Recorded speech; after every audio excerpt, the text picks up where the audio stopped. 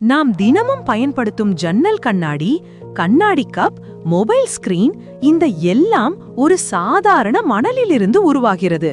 ஆம், நாம் கடற்கரையில் நடக்கும்போது காணும் அந்த மணல்தான்.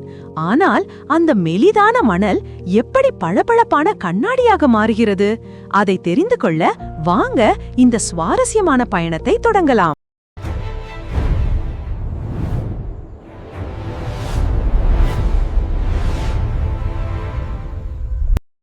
முதலில் ஒரு முக்கியமான விஷயத்தை புரிந்து கொள்ள வேண்டும். மணல் எல்லாம் ஒரே மாதிரி அல்ல. கண்ணாடி தயாரிக்கப்படும் மணலில் ஒரு முக்கியமான பொருள் உள்ளது. அதன் பெயர் சிலிக்கன் டை ஆக்சைடு அல்லது சிலிக்கா.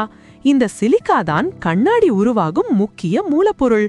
இது பெரும்பாலும் குவார்ட்ஸ் என்ற கனிமத்திலிருந்து கிடைக்கிறது. இப்போது அந்த சிலிக்கா மணலை ஒரு பெரிய தொழிற்சாலைக்கு கொண்டு செல்கிறார்கள். அங்கே என்ன நடக்கிறது தெரியுமா? அந்த மணலை மிகவும் அதிக வெப்பத்தில் சூடாக்குகிறார்கள். சுமார் 1700 பாகை செல்சியஸ் வரை. அந்த அளவுக்கு வெப்பம் கிடைத்தவுடன் மணல் மெதுவாக உருகி ஒரு ஆரஞ்சு நிற திரவமாக மாறுகிறது. அதைதான் மோல்டன் கிளாஸ் என்று அழைக்கிறார்கள். ஆனால் மணலை மட்டும் சூடாக்கினால் சரியான கண்ணாடி கிடைக்காது. அதனால் சில வேறு பொருட்களையும் சேர்க்கிறார்கள். உதாரணமாக சோடியம் கார்பனேட்.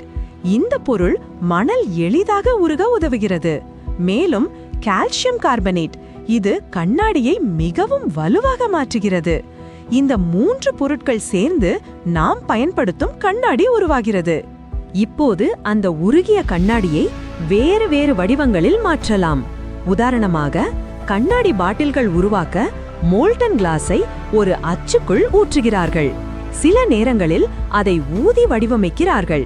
இதனை கிளாஸ் ப்ளோவிங் என்று அழைக்கிறார்கள்.